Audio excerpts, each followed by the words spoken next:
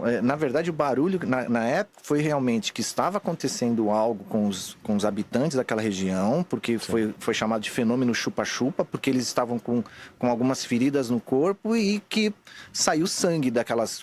Houve uma coleta de sangue.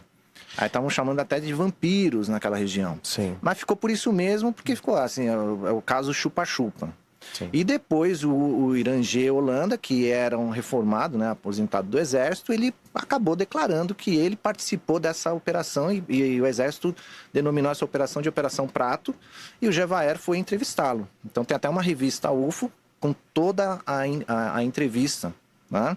Sim. E aí a situação ficou cada vez mais delicada para o Exército, porque ele apresentou fotos, apresentou documentos oficiais e etc. E hoje já está disponível. Hoje, foi graças a essa entrevista e graças a algumas liberações aí que vamos dizer assim, o mundo ocidental meio que foi obrigado, porque hoje, a partir de 2011, se eu não me engano, você na internet você tem os arquivos oficiais de vários países sobre casos de UFOs, né? Essa Operação Prato, ela foi até passou na Globo, no Linha Globo Direta, Repórter, né? Linha Direta. Isso, Linha teve direta. até as simulações lá. Simulações, os aparelhos que sobrevoavam, né? Então Esse foi o mesmo caso que tinha... Acho que foi encontrado uma pessoa dentro de casa que toda com o corpo parecia que estava carbonizado, mas não estava, que parece que meio que foi sugado toda a água do corpo dela, não sei. Então, é o mesmo caso? Não é, mas outro... existe esse. Então, tem alguns casos... Não, é interessante até se... Sim, porque tem alguns casos que se perderam e não se fala mais nisso. Sim.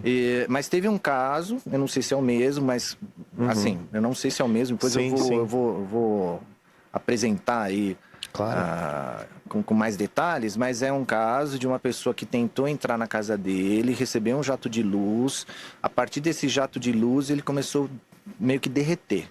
Nossa, ele chegou no hospital derretendo e assim, é um caso que ficou nisso mesmo, isso que é o chato. O chato aconteceu, registrou, documentou e ficou por isso mesmo. Sim. Mas é um caso impressionante. Sim, eu vi, eu fiquei de cara, eu falei, como que é isso? Agora, o que aconteceu lá um dos fenômenos do caso do chupa-chupa é que durante as investigações apareceu uma nave e ela fez um jato de luz em uma das casas e as paredes ficaram meio que transparentes. O jato de luz fez com que você visse o interior da casa. Caramba. É um fenômeno também muito, muito assim, fora da realidade. Não tem como negar, porque isso foi declarado por uma pessoa, por um militar. Né? Então... É uma tecnologia totalmente à frente do nosso tempo e para a época ainda, né? Exatamente. Eu acho que hoje em dia a gente nem tem isso ainda. Não. Tipo... Então, é isso que na questão da investigação da ufologia, que às vezes nos deixa meio ilhados, é que não há uma continuidade sobre certos assuntos que você falou dessa tecnologia, né? Não há um investimento, não há uma busca, ou pode haver, mas assim, algo bem ultra secreto, vamos dizer assim. Sim. Porque é lógico, como você falou, se ele declara, se ele registra que eu vi uma luz que deixou a parede transparente, virar algo ultra secreto e vamos correr atrás, né? Mas ainda não tem como a gente precisar se já existe essa tecnologia. Sim.